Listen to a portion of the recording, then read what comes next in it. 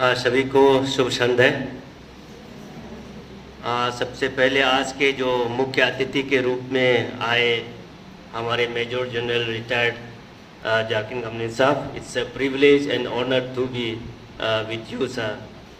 और हमारे बीच में हमारे निविता दीदी जो हमारे प्रेरणा स्रोत है, and Mrs Bhowmik, Rupesh ji and Rinchin भाई, and all the ignited minds of the Arunachal प्रदेश।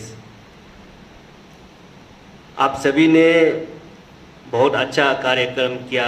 दीदी के पूरा सत्र, दीदी के जो बात है, दीदी के जो शब्द है, वो हमारे लिए भगवान ईश्वर की तरह है। वो आप लकी है, आप सभी यू आर फॉर्चुनेट इनफ कि आप ये 3 दिन में दीदी के सेशन अटेंड किए। हम लोग अनफॉर्चुनेटली मिस कर गए। On 23rd June 1894, Swami Vivekananda has written a letter to His Holiness Maharaja of Mysore, informing that कि after the Chicago address, how he has been well treated, well received, और उन्हें महाराजा को वो thanks दे रहा था और उसको बता भी रहा था कि how the people of America, उसमें कैसा लोग जो है मोर देन अ मैन, दो मशीन का उन लोग डे टू डे लाइफ में यूज़ करते हैं।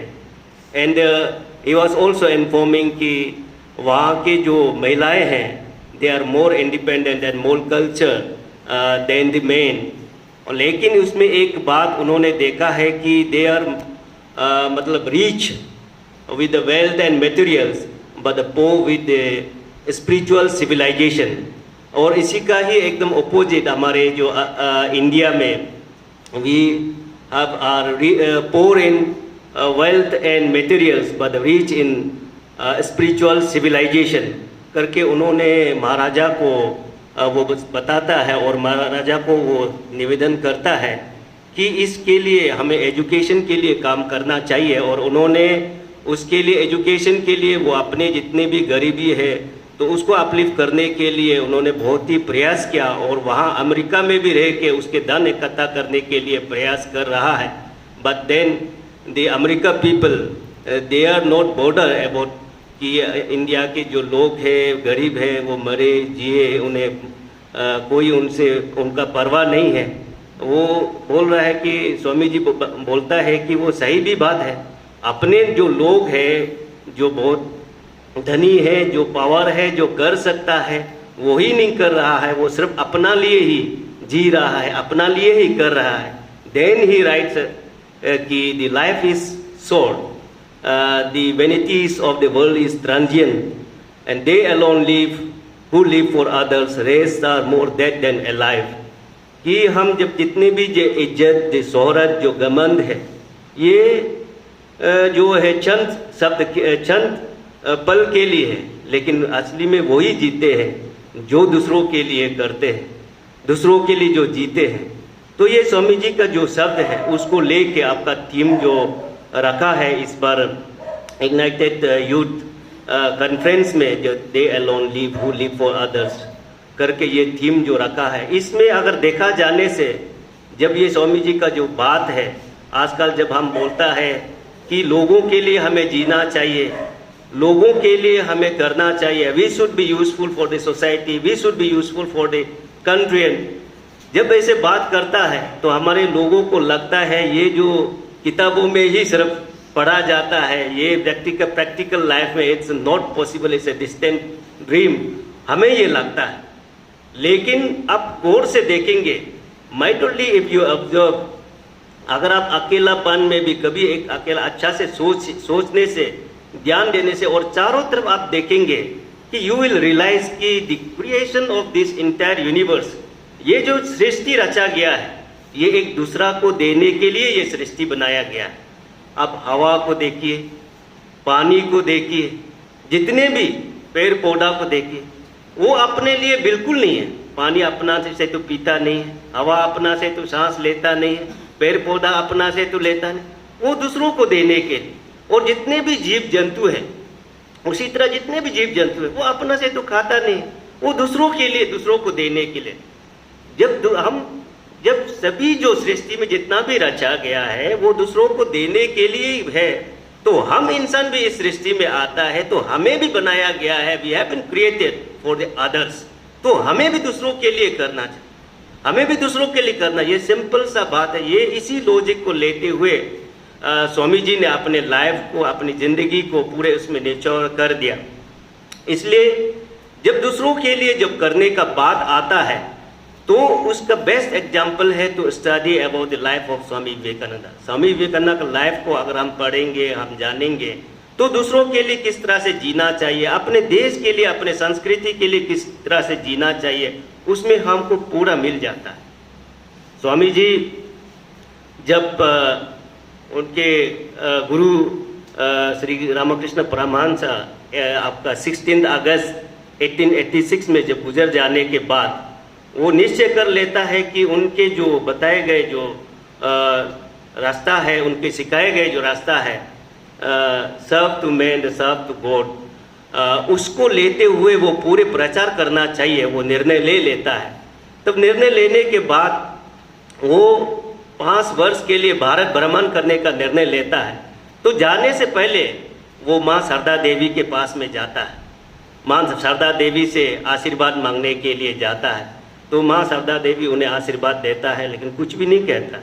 तो बगल में बैठता है तो बगल में एक चाकू रहता है, तो शारदा देवी, माँ शारदा देवी उन्हें स्वामी जी को देने के लिए कहता है, इशारा करता है। तो स्वामी जी वो चाकू लेके वो नोक को स्वामी जी पकड़ के हैंडल की तरफ उस माँ शारदा देवी को दे देता है। माँ शारदा देवी उससे लेके मुस्कुरा लेता, कुछ भी नहीं कहता। तो स्वामी जी को लगता है कि मैं इतना बड़ा इसमें निर्णय लेके, जीवन का इतना बड़ा निर्णय लेके, निश्चय लेके मैं निकल रहा हूँ, लेकिन माँ मुझे कुछ भी नहीं कह रहा, तो शायद मुझसे क्या गलती है। तो वो जाते जाते पूछ ही लिया कि माँ क्या मुझसे कुछ गलती हुआ है क्या, आपने मुझे कुछ भी सलाह नहीं दे रहा, आशीर्वाद नहीं दे रहा क्या।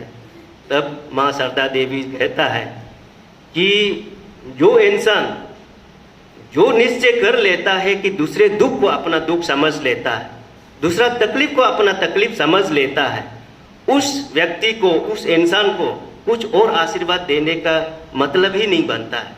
क्योंकि आपको मैं वो उसमें उन्होंने महसूस कर लिया, जब वो चाकू देते समय वो नोक जो धार को वो पकड़ लेता है ताकि चोट लगने से भी उसको लगे, ना कि माँ को लगे, उसका भाव को उन्होंने पकड़ लिया। तो स्वामी जी ये बड़ा लेसन को लेते हुए पूरे भारत के भ्रमण पूरा करते हैं। तो पूरे हिस्ट्रिकल प्लेसेस में जाते हैं, पूरे लोगों से मिलता है।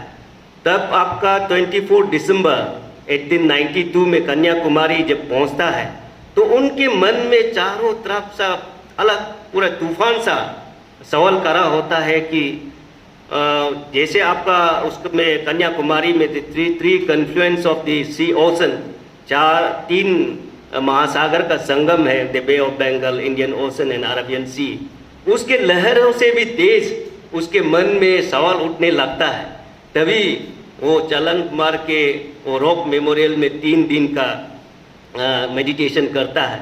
उन पूरे मेडिटेशन में स्वामी जी को यह एहसास, ये चिंतन कर रहा था कि हमारे देश इतना विशाल है, एंड हमारे जो संस्कृति है और हमारे जो इतिहास है इतना महान है, और हमारी जो संस्कृति है, हमारे जो धर्म है इतना रिच है, we are so much rich of cultural heritage, और इतना गहरा है हमारे ज्ञान, फिर भी हम क्यों 4 साल 5 साल क्यों गुलाम बन के बैठा है।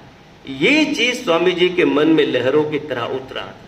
तो स्वामी जी को यह एहसास हुआ कि शायद कहीं ना कहीं हमें आत्मबल, self confidence, we have lost the self esteem, जो आपका मैकॉले स्कूल ऑफ थॉट्स के द्वारा हमारे जो इन्फीरियर कम्प्लेक्स हम में डाल दिया कि हमारे जितने भी चीज़ है, जितने भी हमारे नॉलेज है, हम दूसरों से कम है, दूसरों से बेकार है करके हमको जो कम तरीका का भावना, the inferior complex that has been imposed to us by the British government, तो इसी का चलते हम सबके गुलाम बन के बैठा है। तो इसलिए स्वामी जी ने डिसाइड किया कि इसके लिए हमारे लोगों को जगाना चाहिए, उनके आत्मा बल को जगाना चाहिए। Each soul is potentially divine करके उन्होंने इस उत्तेजना भावना से वो स्पीचेस पूरे भारत को आपके युवाओं को संबोधित करने लग गया। आपका सत्र में भी वो रहा होगा। माई faith is on the younger generation, the modern generation. Out of them will come my work. They will walk and solve all the problems like a lion. करके उन्होंने उत्तेजना भाव से अपने लोगों को संबोधित करने लगा। लेकिन उसके दौरान स्वामी जी को यह भी एहसास था कि हमारे जो लोग हैं, जो कम तरीका का भावना जो हम पे थोप के रखा है, वो हम अपना जितना भी हम अच्छा बात कहें तो उसमें इतना जल्दी मानने वाले नहीं है। वो जो है अगर उस बात को दूसरे लोग कहता है तब हम मानता है। आज भी आप देखेंगे कि भारत में हमारे कितने भी जो बड़े से बड़े पत्रकार है, जर्नलिस्ट है, वो पूरे रिसर्च करके कहेंगे, लेकिन उसको हमारे लोग जो है उतना महत्व नहीं देता है। लेकिन बीबीसी वाला जब बोलेंगे, ये न्यूज़ देगा, तो हमारे लोग लगता है देखो बीबीसी ने भी ये कहा। हमारे यहाँ में जितना भी प्रेस में जो प्रिंट मीडिया में लिखेंगे, रिसर्च करके लिखेंगे, उसको वो महत्व नहीं देगा। लेकिन हेरल्ड का कोई उधर अमेरिका का पेपर में लिखेंगे, देखो फॉरेन करते। ये भाव स्वामी जी को भी एहसास था। इसलिए स्वामी जी भी चाहता था कि किस तरह से हमारी जो ताकत है, हमारी जो संस्कृति का जो ताकत है, हमारे जो देश में जो विशाल देश का जो ताकत है, उसको कैसे लोगों से कहलवा जाए। तो उनका भी वो एक सोच था, वो चाहत था। एट द राइट टाइम अब अलासिंगा पेरुमल जो आपका पायोनियर ऑफ द रेनेसेंस जो साउथ इंडिया में वो ही was the ardent followers of Swami Vivekananda, उन्हें डॉक्टर विलियम मिलर द्वारा एक इनविटेशन मिलता है कि रिलीजियस कॉन्फ्रेंस में। तो स्वामी जी, क्योंकि उन्होंने स्वामी जी को अच्छा से मालूम है और उन्होंने बेहतर इस कॉन्फ्रेंस को रिप्रेजेंट करने स्वामी जी से और बेहतर इंसान नहीं हो सकता है करके उन्होंने स्वामी जी को कन्विंस किया। एंड जो महाराजा है, मैसूर महाराजा, उन्होंने मदद करते हुए उनके सहायता से स्वामी जी ने वो चिकागो का जो भाषण जो दिया है, एड्रेस जो किया है, द वर्ल्ड वाइड, वो जो पॉपुलर ऐतिहासिक जो भाषण उसमें दिया है। स्वामी जी को एक मौका मिला है कि अपने देश के जो अपने संस्कृति के बारे में बताने के लिए, उसमें स्वामी जी ने एक दो सब मुख्य रूप से एक दो बात बताते हैं कि I belong to a country which has the highest order of oldest ancient monk. जितने भी जो आपका संसार में जो ओल्डेस्ट एंशियंट जो मोंक है, जो ऋषि मुनि है, वो उस देश में मैं उस देश से आता हूँ जो ऐसे ऋषि मुनि लोग रहते हैं। तो अगर उसमें कहेंगे, उसके गहराई में जाने से लोग को अभी बताने से ये समझेंगे कि क्या ऋषि मुनि, जो एंशिएंट ऑर्डर ऑफ मॉन्क ऋषि मुनि से क्या मतलब। लेकिन उससे स्वामी जी का ये कहना था कि क्योंकि वो ऋषि मुनि जो आपका त्याग और बलिदान, जो अपने जिंदगी को कपाकर उन्होंने जो ब्रह्म ज्ञान जो हासिल किया है, जो लोगों को देने के लिए, ये ऋषि मुनि लोग। ऐसा ऋषि मुनि जो स्वयं ईश्वर है, वो स्वयं ईश्वर को, जैसे आपका ऋषि वशिष्ठ जैसे वो श्री राम को शिक्षा दिया, ऋषि वाल्मीकि जैसे जो रामायण को लिखा, जो रामायण में आपने सभी पढ़ा होगा कि पूरे त्याग और उसमें सेक्रीफाइसेस का भावना पूरे दिखाते हैं। आपका देखा है कि राम जो है just for to fulfil the wish of our step mother का विश को पूरे करने के लिए वो 14 वर्ष वनवास जाता है। और आप लक्ष्मण को देखिए, उसका कोई लेना देना नहीं, लेकिन अपने भैया का सेवा करने के लिए वो अपनी नई नवेली दुल्हन को छोड़ के, उर्मिला को छोड़ के, वो उनके साथ में सेवा करने के लिए 14 वर्ष वनवास चला जाता है। और जिसके लिए जाता है भारत के लिए जो जाता है, वो वही भारत, वो सिंहासन पर नहीं बैठता है, बल्कि जितने 14 वर्ष राम जो वनवास में गया, वो उतने ही 14 वर्ष उन्होंने जमीन पर उन्होंने गुजारा, जमीन पर राज किया रहते हुए। तो ये जो त्याग और भावना, ये जो हमारे जो ऋषि मुनि, ये इससे हमको इंस्पिरेशन मिलता है। आपका जैसे ऋषि संदीपिनी, जिन्होंने गीता का ज्ञान श्री कृष्ण को दिया। श्री कृष्ण और बलराम का जो गुरु है, संदीपनी। तो संदीपनी जब गुरु का जब शिक्षा जब खत्म होता है, तब श्री कृष्ण पूछता है कि गुरुजी गुरु दक्षिणा में मुझे क्या देना चाहिए। तब संदीपनी ने उन्हें बताता है कि मुझे गुरु दक्षिणा नहीं चाहिए, आप ये जो ज्ञान मैंने दिया है, इस ज्ञान को आप ऐसा लोगों को देना है कि युगों युगों तक लोगों का इसका काम में आना चाहिए। इसलिए श्री कृष्ण ने इसको महाभारत का जो गीता का उपदेश महाभारत में दिया, जो आज गीता आप देखेंगे कि द एंटायर वर्ल्ड, जितने भी हमारे इंडिया का जितने भी बड़े से बड़े जो ज्ञानी लोग हैं, एवं वर्ल्ड का भी जितने भी ज्ञानी लोग हैं, वो गीता से प्रेरित है।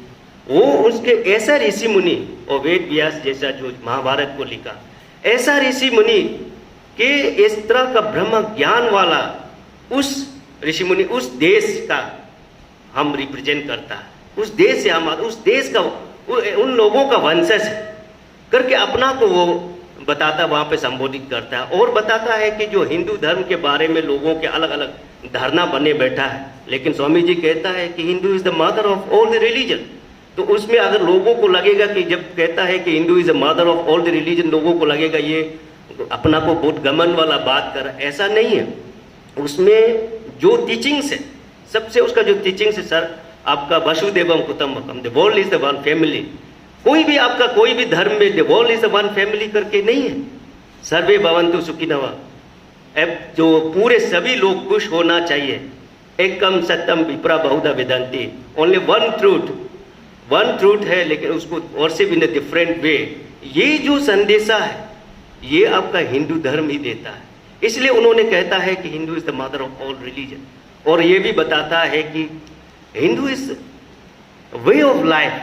ये कोई धर्म नहीं है, ये हमारे लिए ये वे ऑफ जीने की कला है, जीने की राह है, वे ऑफ लाइफ। जैसे हम कहता है कि ये राजा का धर्म है प्रजा को राज करना, उसमें हम ये नहीं कहता कि राज religion of the is a religion of king to rule the subjects, ऐसा नहीं कहता है। और हम कहता है कि जो ये पुत्र का धर्म है पिता का सेवा करना, हम ये नहीं कहता है कि it's a son religion of the son to serve the parents. ये हमारे लिए जो धर्म का शब्द है, ये हमारे लिए जीने के राह है, द वे ऑफ लाइफ। तो इस चीज को समझने के लिए स्वामी जी ने सभी को, और स्वामी जी बहुत सुंदर से और बताता है कि I belong to a country and I belong to a religion which has taught both the tolerance and the universal acceptance. We not only believed in the universal tolerance, but we accept the. We not only believe in the universal tolerance, but we accept every religion as a truth. मतलब बताता है कि हम सिर्फ tolerance नहीं कर, सहनशीलता नहीं है हम, लेकिन हर धर्म को हम सच्चाई का सच्चाई मानता है। इसलिए हम खासकर हम जो ट्राइबल लोग हैं, यहाँ के ट्राइबल लोग हैं, it's a very truth for us कि हमारे लिए मतलब हम कितना प्राउड है। कोई परहेज नहीं है, आप चर्च में जाओ, मंदिर जाओ, मस्जिद जाओ, कोई परहेज नहीं है, because we see every religion every faith as a truth. हमको हर धर्म को सच्चाई लगता है, हर धर्म को सच्चाई नजर आता है। अगर हम चर्च में जाने से भी पूजा करेगा, हमें लगता है कि मेरा जो मनोकामना है पूरा होगा। मंदिर में जाने से भी, शिव को पूजा करने से भी हमें लगता है कि मेरा मनोकामना पूरे होगा करके। ये हमारे लिए कितने सुंदर, ये हमारे लिए ये this is the very special quality we have. लेकिन अभी आप देखेंगे कि आप रिसेंटली आप देखेंगे सोशल मीडिया में देखता है कि जो कुछ एक हिंदू का मंदिर का उद्घाटन में था, उसमें हमारे अनिल धोनी का फोटो लगाता है, तो कितना सोशल मीडिया में उसको पूरा अलग अलग तरह का वायरल किया जा रहा है, ट्रोलिंग किया जा रहा है कि हिंदुनाइजेशन हो रहा है, अनिल धोनी को पूरे हिंदू के बीच में बैठा दिया। ये खुशी की बात है, यही तो हमारे बड़ापन है। हमको हमारे जो है हिंदू सिर्फ नहीं, हमारे अनिल धोनी जो है आपका चर्च में भी होना चाहिए, मस्जिद में भी होना चाहिए। हमारे लिए यही तो खुशी है। हम हमेशा हमारे यही हमारे स्पेशल क्वालिटी है। और ये क्यों अभी जो इरिटेशन क्यों हो रहा है आपको, क्योंकि क्यों इस तरह का नहीं होना चाहिए, किस लिए ये आवाज उठ रहा है? क्योंकि इनसिक्योर फील हो। ऐसा उठने वाला क्यों है? क्योंकि वो इनसिक्योर फील होता है।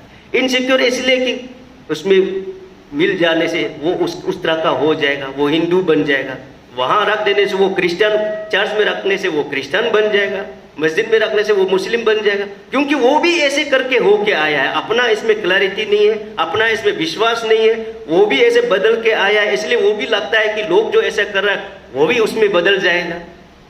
ऐसा बदलने वाला कौन है? कब बदलता है आदमी? कब धर्मांतर करता है? व्हेन, कब कन्वर्जन करता है? When you don't have the faith on your culture, when you don't have the faith on your faith, आपका भगवान पर आप अपना जो फेथ कम होता है तब आपको ये कन्वर्ट। और फेथ कब कम होता है? When you don't have the clarity. आपको वो क्लैरिटी नहीं है, समझ नहीं है होने से, तब आपको जब दूसरा बोलने से भी आप वो बहका में आता है। But when you have that clarity, जब आपको उसका गलत, उसका अच्छा, उसका खराबी सब आपको पता चलेगा, तो आपको सब जगह बराबर लगेगा। आप मान के चलिए कि एक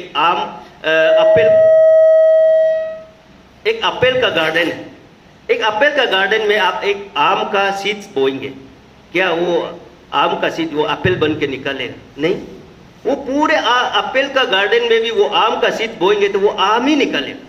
तो उसी तरह अगर जो आदमी, जो इंसान अपना क्लैरिटी है, अपना धर्म पर क्लैरिटी है, अपना ट्रेडिशन कल्चर पर क्लैरिटी है, विश्वास है, उसको कहीं में भी आप मिश्रण कीजिए, वो अपना आइडेंटिटी को वो बचा के रखे, अपना वो अस्तित्व को बचा के रखे। तो ये चीज हमारे आज के युवाओं में वो समझना जरूरी है।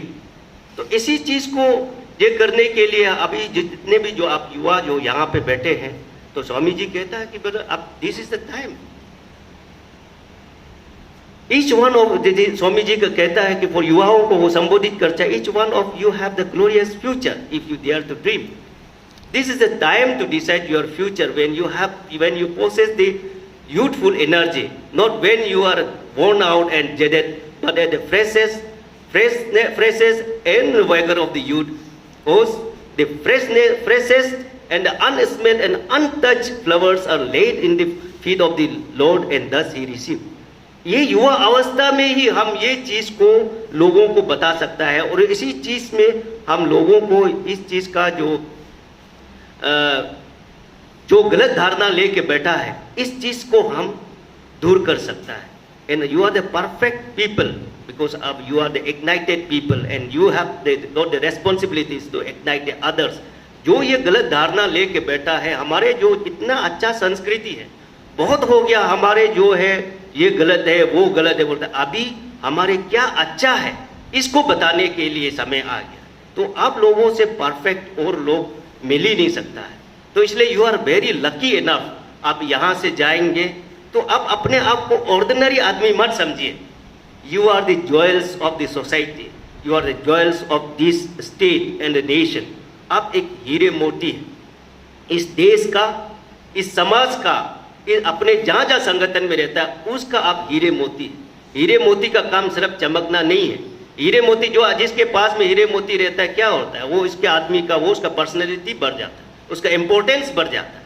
ठीक उसी तरह अब जिस समाज में रहता है, अब जिस स्टेट में रहता है, अब जिस संगठन में रहता है, आपके प्रेजेंस का वजह से वो संगठन का महत्व बढ़ना चाहिए, वो समाज का महत्व बढ़ना चाहिए, आपको वो पॉजिटिविटी स्प्रेड करना चाहिए। You are the beautiful flowers and you need to spread the fragrance of the positivity. अपना पॉजिटिविटी को यहाँ से जो आप लेके जाएंगे, जो इग्नाइटेड यूथ कॉन्फ्रेंस है, इससे आप जाएंगे तो अपने पॉजिटिविटी दिखाई देना चाहिए। लोगों को जब भी आप मिले, कहीं में भी मिले, तो लोगों को एक अलग सा नजर आना चाहिए। तब लोग पूछना चाहिए कि आप कहाँ से, कैसे करके आपको इस तरह का जज्बा आता है, इस तरह का पॉजिटिविटी आपको कहाँ से आता है। आप गर्व से कह सके कि I have attended the ignited youth conference. नहीं तो हमको 3 दिन इतने घर में बैठने का मतलब नहीं है। And I fully believe and hope कि अब डेफिनेटली आप इस तरह का करेंगे। समाज को जो हमारे लिए गलत धारणा बैठ के रखा है, और जो अभी बहुत देख रहा है कि आप सोशल मीडिया में आप देखेंगे कि आप बहुत छोटा मन हो गया। We have become the so small mind के लिटिल डिफरेंसेस को हम और डिफरेंशिएट करने जा रहे हैं। खाना पीना का डिफरेंसेस को लेके हम बहुत बढ़ाकर, अब ये कहता है तो ये आदमी होगा, ये कहता है तो ये धर्म हो गया। अलग अलग खाने में कैसे अलग अलग आदमी को डिफरेंशिएट, खाने में कैसे डिफरेंशिएट कर सकता है, खान पान को लेके कैसे हम डिफरेंशिएट कर सकता है। आप अरुणाचल में देखेंगे, आप मम्पा वाला उनका फेवरेट डिश है चुरपी, आपका जीरो में जाएंगे आप पता नहीं का फेवरेट डिश है पीके पिला। हमारे जब अबोतानिक बेल्ट में जाएंगे आपका फेवरेट डिश है बम्बू तेंगा। क्या हम अलग अलग खाता है, हम अलग अलग अरुणाचल अलग अलग हो गया क्या? नहीं, वो अलग अलग। Even to the same family में एक माँ पिताजी का होने से भी उसका खाने का पसंद मीठा है, एक का खाने का पसंद कत्ता है। क्या हम वो खाने का हिसाब से हम डिफ्रेंशिएट होंगे? बिल्कुल नहीं। ये छोटा मन के द्वारा अभी पूरे आप देख रहे हैं कि इसमें गाय मीट को लेके भी वहाँ गाय मीट नहीं खाता है, वो नॉन ट्रैवलर, हम गाय मीट खाता है, हम ट्रैवलर। ये छोटा मन, we need to have the big and the large heart. हमको इस हमारे लिए हमारे स्पेशल ट्रैवल का क्वालिटी क्या है? We celebrate the similarities and we respect the differences. इस क्वालिटी को लेके हमको बढ़ना है। And I am very fully hope कि अब जो इग्नाइटेड लोगों हैं, इस जो चीज़ है, छोटा छोटा जो चीज़ है, इस चीज़ को दूर करने के लिए आपको शायद भगवान ने, स्वामी जी ने आपको यहाँ पे भेजा है। And you have got the special mission की इस तरह का जो अभी का जो हमारे यहाँ पे अरुणाचल में करेंटली इस तरह का छोटा मन का मन मुताब चल रहा है, तो उसको दूर करने के लिए हम लोग एक साथ चलेंगे। एंड विद दिस की मैं प्रार्थना करता हूँ आप जो भी यहाँ से जाएंगे अच्छे सही सलामत वहाँ पे अपने घर में पहुँचेंगे, और जो यहाँ पे आपको दिए गए कार्य है जो आप 3 दिन में सीखा है उसको आप लोगों तक, घर घर तक, आपका गांव तक पहुँचाएंगे। यही प्रार्थना और विश्वास के साथ मैं अपने बात को यहीं रखता हूँ।